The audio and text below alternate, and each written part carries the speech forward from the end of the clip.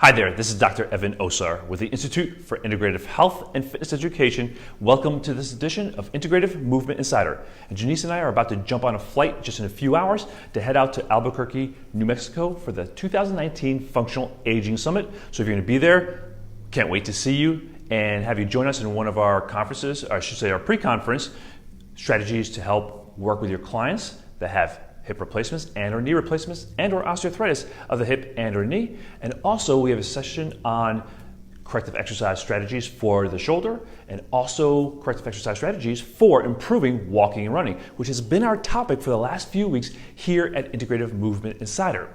And one of the things that I've been sharing with you, I should say three of the things I've been sharing with you are the 3 P's.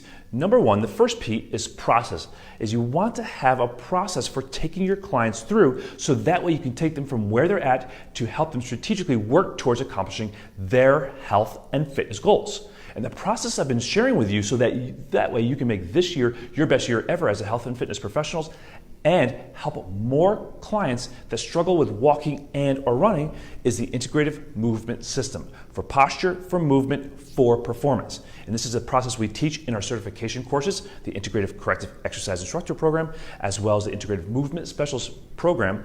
It's all about the process. How do you take your clients from assessing them to identify their non-optimal and inefficient posture and movement habits that are contributing to chronic tightness and or discomfort and or the loss of performing at the levels that your client needs to and or wants to. So that's the first P, and that's the first part of the first step of the integrative movement system. The second step of the integrative movement system process is address, and that's where you use your corrective exercises to help your clients develop more optimal and efficient posture and movement habits. So that way they move better and also can perform at a higher level. Now the third thing that really helps, the third step that really helps your clients own the information, the more optimal and efficient habits, is integration. So that's the third step of the integrative movement system process, and that's how you integrate the more optimal and efficient habits into the functional movement patterns. So squatting, lunging, bending, rotating, pushing, pulling, gait, balance, and carry. The patterns your clients have to do to safely and successfully achieve their goals.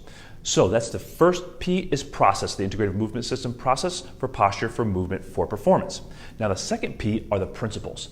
So how you use the corrective exercise strategy, the integrative movement system corrective exercise strategy, is to really own the ABCs: alignment, breathing, and control. These are the principles that dictate and create optimal and efficient posture and movement habits. So during all our exercise patterns, especially the corrective exercises, it's imperative that you teach your clients how to align, how to breathe, how to control through their exercise patterns, the corrective exercise patterns, and then finally, again, you integrate them into the functional exercise patterns, functional movement patterns.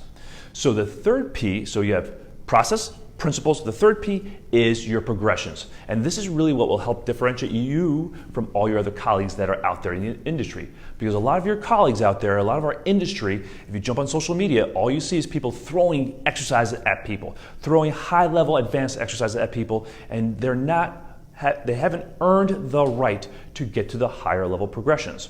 Now, what I want to share with you here in this video is how you use your progressions appropriately to help your clients safely and successfully achieve their goals so they walk better and run better. So I'm going to use an example of a split squat to lunge to single leg stance progression that we use with our walkers and runners to help them own and develop a better strategy for walking and running.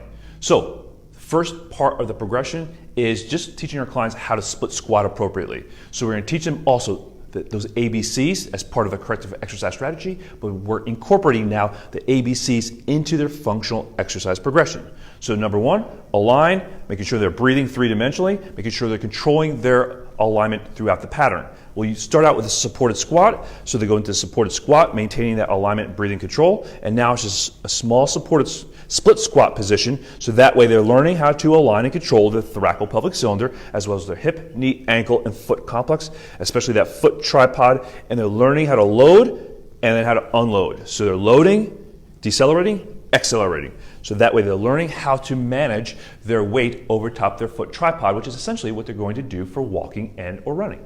So supported split squat then moves into the split squat without support. So again, it's align, control the thoracopelvic cylinder, align and control the hip, knee, ankle, and foot. Step back, maintaining that alignment. So there's no stepping back, putting the weight on the back foot. It's maintaining hip, knee, ankle, and foot alignment. And same thing, it's a split squat without support.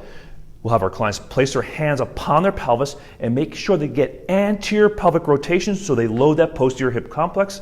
They're still maintaining that foot tripod position. Now from there, now becomes our reverse lunge. So we start with a reverse lunge because we find it's easier than the forward lunge. So again, align, make sure your client's still breathing, align and control that thoracopelvic cylinder, the hip, knee, ankle, and foot, and step back, keeping the weight on the forward leg. And then it's just loading, stepping, loading, stepping. That's your reverse lunge. Again, same alignment, same breathing, same control as we had before, just a little bit more dynamic. So again, see the hip, knee, ankle, foot stays aligned each repetition. We're creating anterior pelvic rotation each repetition. So that way we're helping our client develop that competence that they need as they get into the higher level progressions. The next progression would be your forward lunge. So again, we're going to start with that hip, knee, ankle, and foot alignment, long spine, thoracopelvic cylinder aligned. We'll have our client step out, decelerate, control, step back. Alternate, step out, control, come back. So that way they're maintaining that alignment of their hip, knee, ankle, and foot. They're decelerating and controlling. So from behind, long spine, stack that thoracopelvic cylinder, align the hip, knee, ankle, and foot. Step out, control, come back, control. Step out, control, come back, control. Pelvis stays level, loading up that posterior hip complex, so that way there's no change in hip, knee, ankle, and foot alignment throughout the progression. The final progression is then to go into single leg stance. So take your lunge into single leg stance.